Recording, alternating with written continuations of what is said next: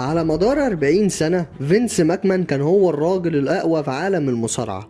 الراجل ده خد ال WWE من شركة صغيرة محلية وخلاها إمبراطورية ترفيه عالمية بيتفرج عليها ملايين حوالين العالم وبيعشقوها. عصره قدم لنا أساطير زي هالك هوجن، ذا روك، الأندرتيكر وجون سينا.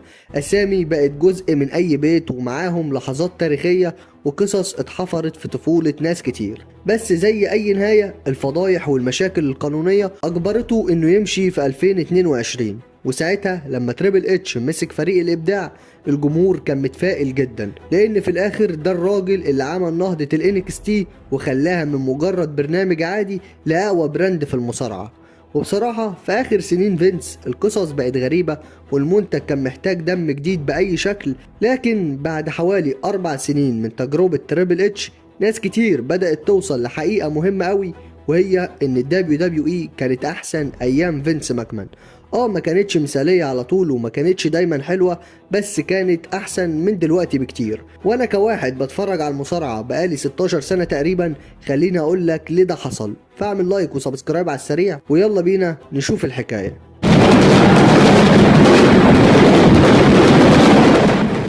فينس ماكمان كان فاهم حاجة أساسية جدا في المصارعة، حاجة باين إن تريبل اتش نسيها، وهي إن الجمهور مش بيجي عشان يتفرج على حركات والكلام ده كله. الجمهور بيجي عشان يشوف شخصيات بيكون لها تأثير كبير جدا في المجال. بص كده على نجوم عصر فينس. الأندرتيكر مثلا، ده كان واحد كأنه ميت، الراجل بيقولك اسمي الديد مان، عنده قوة خارقة ومستحيل يتغلب في ريسل مانيا. بلاش الاندرتيكر، بص على كين، وحش ضخم وطويل جدا بيولع في الناس وبيدمر اي حد بيبصله. سيبك من كين وتيكر، عندك الروك، الكاريزما الجبارة، مجرد ما تسمع جملته المعروفة صورته بتيجي في دماغك على طول. ستون كولد، راجل شعبي بيشتم مديره وبيتمرد على السلطة طول الوقت. طب سيبك من الاتيتيود ايرا، نرجع شوية للجولدن ايرا. عندك هوجن، بطل اسطوري، رمز كامل للبطولة الامريكية.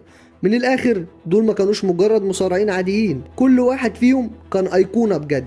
كانوا حاسين انهم جايين من كوكب تاني اصلا، وده كان هو الهدف بالنسبة لفينس. على طول اول ما الموسيقى تشتغل مش بس بتعرف اسم اللي داخل، لا ده انت عارف شخصيته ودوافعه وتاريخه وكل حاجة عنه، وبتفضل متعلق بيه قبل ما يعمل اي حاجة اصلا. لكن لو جيت دلوقتي وبصيت على نجوم تريبل اتش، هتلاقي مثلا برونسون ريد تخين وضخم، كارميلو هيز سريع وفتنس، اوستن سيري فورمة جامدة. تمام، دول مصارعين كويسين، بس اسأل نفسك بجد لما تسمع الاسامي ديت، ايه الصورة اللي بتيجي في دماغك؟ ايه الاحساس؟ ايه الحاجة اللي تميزهم وتخليك تهتم؟ الاجابة ولا حاجة، لان عصر تريبل اتش ركز على الاداء في الحلبة اكتر من الشخصية. الفكرة بقت انك لو تقدر تلعب ماتش 25 دقيقة وتعمل الحركات صح، يبقى تستحق مكان في العروض، وده ممكن يعجب فانز الهارد كور. وانا بنسبة كبيرة بحب الاداء وكل حاجة، بس انا بالنسبة لي الماتش لو ملوش قصة حلوة والاتنين دول اقنعوني في البناء، يبقى الماتش لو واخد 6 نجوم مش 5 نجوم، اقول لك ما فادنيش بحاجه. ايه اللي انا ايه الفايده اللي انا استفدته؟ ماتش حلو يا عم عادي، بس هيتنسي. اتفرجت عليه النهارده مره واتنين، هيتنسي كمان اسبوع، هيتنسي. لكن القصه فين؟ ما هو لو مفيش بناء حلو يبقى مفيش ماتش. يعني من الاخر احب اقول لك ان ده ملوش اي تاثير على كل اللي بيتفرجوا على عرض الرو او سماك داون كل اسبوع. جمهور المصارعة مش بيحب الحركات، جمهور المصارعة بيحب الشخصيات والقصص. راندي اورتن ما بقاش اسطورة عشان بيعرف يعمل حركات، بقى اسطورة عشان كان فايبر، الراجل ما كانش عنده اخلاق ولا حدود. جيميك الليجند كيلر خلاه عنده هدف وقصة واعداء ليهم قيمة. حتى تريبل اتش نفسه ما وصلش للمين ايفنت عشان خاطر الماتشات والاداء الجامد، وصل بسبب شخصية الدي اكس وعداواته مع الروك وشون مايكلز، وهوسه انه يعمل اي حاجة عشان يوصل للقمة، حتى لو هيجوز بنت المدير او يخون اعز اصحابه. والمفارقة المؤلمة بقى واللي يجننك اكتر، ان اكتر واحد استفاد من القصص والشخصيات هو نفسه اللي بيدير دلوقتي شركة اتخلت عن كل ده. ولحد ما الدبليو دبليو اي تفكر تاني ايه اللي خلى نجوم زي تيكر وهوجن واوستن ايكونز، ولا 1000 ماتش 5 نجوم هيعوضوا الفراغ ده، كلها هتتنسي بعد اسبوع وخلاص زي ما قلت لك. وده بقى يودينا لنقطة مهمة جدا، مهارة فينس كان مميز فيها جدا وتريبل اتش تقريبا ما عندوش خالص. بس لازم نعرف ان واحدة من اكتر الحاجات المظلومة في عالم المصارعة هي التوقيت، انك تعرف امتى بالظبط انك بقى عندك نجم خلاص بقى جاهز، فتمسك اللحظة ديت وتدفعه صح في الوقت الصح. فينس ماكمان كان عنده الحس ده وكان مميز فيه جدا. تريبل اتش ما عندوش. لما شعبية ستون كولد ستيف اوستن انفجرت في عصر الاتيتيود، فينس ما قالش استنى شوية ولا اعتمد على النجوم القديمة، لا ده حطه في المين ايفنت على طول وبنى الشركة كلها حوالين حربه مع السلطة، والنتيجة أعظم وأكتر فترة ربح في تاريخ المصارعة. ولما جون سينا بدأ يكسب قلوب الناس وبقى جايب مع الناس والناس كلها بتشجعه وهو كان يستحق والكلام ده كله كان في 2005، فينس ما ترددش لحظة واداله الحزام وخلاه واجهة الشركة من غير تفكير. ولما فريق الشيلد كانوا مكسرين الدنيا في 2013، فينس سابهم يولعوا في كل حاجة عشان كان فاهم ان الزخم الطبيعي ده اهم حاجة في البيزنس، حاجة ما ينفعش تتصنع بس لازم تبقى ذكي كفاية انك تلاحظها وجريء كفاية انك تمشي وراها. اما تريبل اتش لا ذكي في النقطة ديت ولا جريء، واكبر مثال على كده ال نايت. من نص 2023 لحد 2025 نايت تقريبا كان اكتر نجم الجمهور بيحبه بشكل مش طبيعي في الروستر كله. اول ما مسكته تشتغل الجمهور كله كان بيهتف له وكان نايت بياخد بوب كبير جدا. الجمهور كان حرفيا بيصرخ لتريبل اتش ادي الراجل ده فرصه على لقب العالم ابوس ايدك. يوم هو يعمل ايه بقى؟ اداله عداوات في الميد كارد ورن كده سريع على لقب اليو اس اي، وكان واضح انه ترضيه مش اكتر. ولما الفرصه الكبيره جت كانت اللحظه خلاص راحت، الحماس مات. فبجد لو تريبل اتش كان واثق فيه واداله حقه شويه كان ممكن نشوفه في قصه حلوه مع كودي رودز، وكودي يعمل الهيل تيرن بتاعته ونشوف عداوه تاريخيه، بطل الشركه ضد البطل المتمرد زي ايام الروك وستون كولد.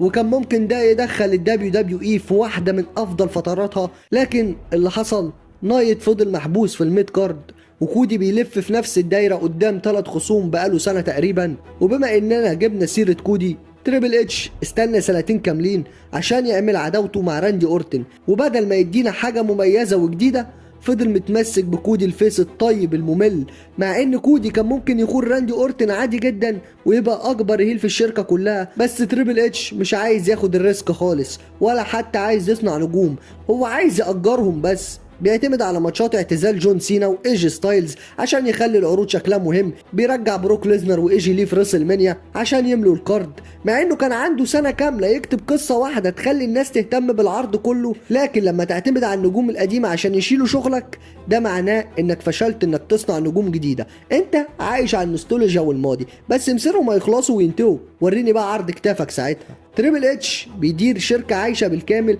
على إرث الراجل اللي قبله، ومش هياخد وقت طويل قبل ما نوستالجية الماضي تخلص والمنتج يقع على الآخر وما يلاقيش حد يلمه. وده بقى يودينا لأكبر فرق بين الدبليو دبليو اي أيام فينس والدبليو دبليو اي بتاعة تريبل اتش دلوقتي. بص بقى خلينا نكون صراحة، الدبليو دبليو اي ايام فينس ماكمان كانت اوقات سيئه جدا لدرجه انها كانت حرفيا ما تطيقش انك تتفرج عليها. عندك منتج 2019 مثلا رومان رينز بياكل اكل كلاب، قصه الحب الغريبه بين بابي لاشلي وروسف ولانا، سيجمنتات بارون كوربن اللي ما بتخلصش، كانت قاعده تتعب الاعصاب اصلا بجد. وده مهم نقوله عشان الموضوع مش ان احنا نقول فينس كان كامل، لا بالعكس، بس الفرق الحقيقي هو لما فينس كان وحش كان وحش بطريقه عظيمه، ولما كان حلو كان بيغير العالم. عصر الاتيتيود ما خلاش المصارعة مشهورة بس، ده خلاها اكتر حاجة مهمة في امريكا. عداوة ستون كولد مع فينس ماكمان كانت لازم تتشاف، حتى من ناس عمرها ما اتفرجت على مصارعة في حياتها شافت العداوة ديت واستمتعت بيها جدا. الدي اكس كانوا بيخلوا كل يوم 2 تحس ان اي حاجة ممكن تحصل. الاندرتيكر وكين كانوا بيرعبوا الاطفال بس في نفس الوقت كانوا بيشدوا الكبار. كل دي لحظات خرجت بره عالم المصارعة وبقت جزء من الثقافة العامة. حتى في السنين اللي بعد كده القمم كانت مميزة، ريسل مانيا 28 ذا روك ضد جون سينا، الدنيا كلها كانت بتتكلم عن الموضوع ده. وانا فاكر والله لحد دلوقتي ايام المدارس واحنا عيال صغيره كنا بنتكلم على جون سينا والروك والحاجات ديت كلها. وعندك كمان اليس موفمنت دانيال براين 2014 و13، ويا سلام على السمر اوف بانك، يا على الزمن الجميل، وكمان صعود ذا شيلد. كل دي لحظات العالم كله كان مركز فيها وبيتكلم عليها، حتى لو باقي السنه كانت سيئه بس اللحظات ديت كانت بتشيل بقيه السنه. فينس كان دايما بيجرب ضربه مجنونه واحيانا بتبقى ضربه معلم وتغير كل حاجه. والمنتج اصلا كان فيه تنوع وكان غير متوقع لدرجة انك مستحيل تبطل تتفرج حتى في اسوأ فتراته. لكن الدبليو دبليو اي بتاع تريبل اتش دلوقتي ماشي على سرعة واحدة بس، وهي سرعة عادية جدا، مش حلوة مش وحشة، بس حاجة كده في النص. عندك 4 أو 5 ماتشات في كل عرض شهري، كل ماتش حوالي 20 دقيقة، كلهم حلوين من ناحية الأداء، بيطلعوا بشكل حلو جدا عادي جدا، بس ولا واحد فيهم بيعلق في دماغك الا حاجات قليله جدا زي مثلا درو ماكنتاير وسي ام بانك، كودي رودز ورومان رينز، حاجات بسيطه مش كله بيعلق في دماغك. وكمان تريبل اتش بيحب يلعبها بامان طول الوقت، بيختار يكسب اللي هيكسبه اكتر بصراحه. يعني ده هيجي لي من وراه قرشين كويسين، يبقى ده اللي يكسب بغض النظر هو حلو ولا وحش، الجمهور عايزه ولا لا. فمن الاخر تريبل اتش خايف يزعل اي فئه من الجمهور. طب سيبك من كده، خلينا ناخد مثال مثلا على اللحظات اللي عملت صدمه كبيره في تاريخ المصارعه. لما بروك ليزنر كسر سلسله الاندرتيكر في ريسل مانيا 30، ده كان قرار صادم ومثير للجدل جدا ومحدش يقدر يختلف على الكلام ده. الجمهور اتضايق بس طلع منه حاجه حقيقيه. ليزنر بقى اخطر اسم في المصارعه في ليله واحده، وبنى على اللحظه ديت 4 سنين قدام، بقى وحش محدش يقدر يقرب له. قرار واحد صادم عمل مستقبل كبير. طيب بص على الهيل تيرن بتاع جون سينا في 2025، الدنيا ولعت اسبوع واحد بس على السوشيال ميديا، وبعدها اتضرب في الارض وكله نسي الهيل تيرن التاريخيه او اللي كانوا بيقولوا عليها تاريخيه، وكل حاجه اتلغت كانها ما حصلتش، من غير تفسير، من غير نهايه طبيعيه، مجرد لحظه للترند وخلاص. بعد كده مفيش اي حاجه. طب بلاش جون سينا، بص كده على جونتر، خلى جون سينا وايجي ستايلز يعتزلوا، 2 من اكبر الاسامي في التاريخ. على الورق الكلام ده مفروض يبين لك ان جونتر وحش تاريخي ومرعب لا يقهر والكلام ده كله، لكن في الحقيقه جونتر ملوش قصه واضحه لحد دلوقتي في ريسل مانيا، وده الفرق المهم جدا. فينس كان بيثق في قراراته، بياخد مخاطر كبيره، واحيانا كان بيقع جامد، بس لما كان بيصيب كان بيغير اللعبه كلها. اما تريبل اتش مش بيدي لنفسه فرصه حتى يكمل قراره، كل شويه يغير ويفكر تاني ويهرب قبل ما الفكره تكبر، فتحس ان عقله تايه، عقله سايح حرفيا. القمم ايام فينس كانت اعلى بكتير، وبصراحه حتى الفترات السيئه كانت ممتعه اكتر من دلوقتي. وده يودينا لاكبر مفارقه في الدبليو دبليو اي دلوقتي. في عصر تريبل اتش الانتاج انضف، الكاميرات احسن، الشكل شيك جدا، رو سماك داون شكلهم بريميوم بصراحه، بس المشكله الشكل حلو بس من غير روح، زي ما يكون من بره حلو بس من جوه اجرك الله. ايام فينس كل عرض كان ليه شخصيه، عرض الرو سماك داون كان كل عرض فيهم لايق على اسمه، وكان كل عرض ليه ديكور خاص بيه، وكل عرض ليه ستيدج خاص بيه، كل حاجه كانت محسوبه. والعروض الكبيره كانت بتحسسك انها حدث حقيقي ومهم، من سمر اسلام لسايبر سانداي، ارمجادون، TLC، عروض كتير جدا، كل عرض كان ليه شخصيه لوحده، كل واحد كان ليه شكل وطابع يخليك انت عارف انت داخل على ايه بالظبط. لكن دلوقتي كل حاجه شبه بعضها، رو سماك داون عروض شهريه، نفس الشكل، نفس الايقاع، نفس الاحساس. ده غير المصيبه الكبيره، ساتردي نايتس ميني زفت، يا حلاوه يا حلاوه بجد، عرض كانه حلقه عاديه من عرض الرو او سماك داون او يمكن اقل كمان. ريسل مانيا ما بقتش مميزه زي زمان بسبب انك بقيت تكتر من عروض الاستاد طول السنه. عادي ممكن تعمل لي سرفايفر سيريس في استاد، ممكن تعمل لي اليمينيشن تشامبر في استاد، ممكن تعمل لي سمر اسلام في استاد، يبقى انت كده ما خليتليش ريسل مانيا مميزه زي زمان. بلاش كده، تعال نبص بصه على الموسيقى.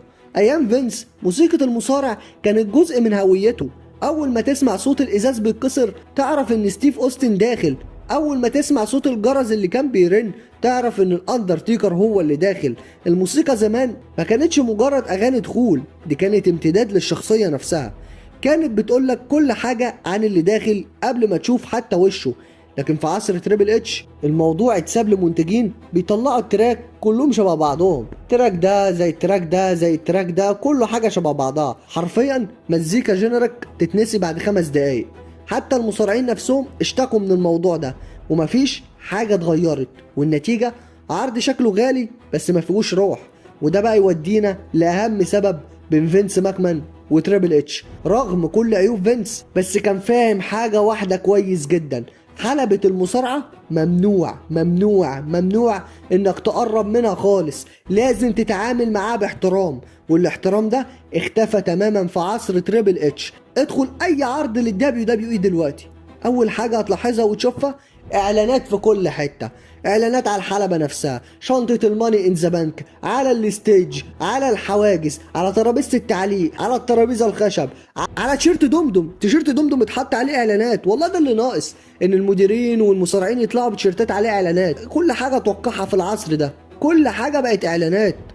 فينس كان بيكسب فلوس برضه وده طبيعي، بس كان فاهم انك لو خليت الحلبة شكلها زي عربية سباق مليانة اعلانات يبقى انت كده دمرت هيبة المنتج كله.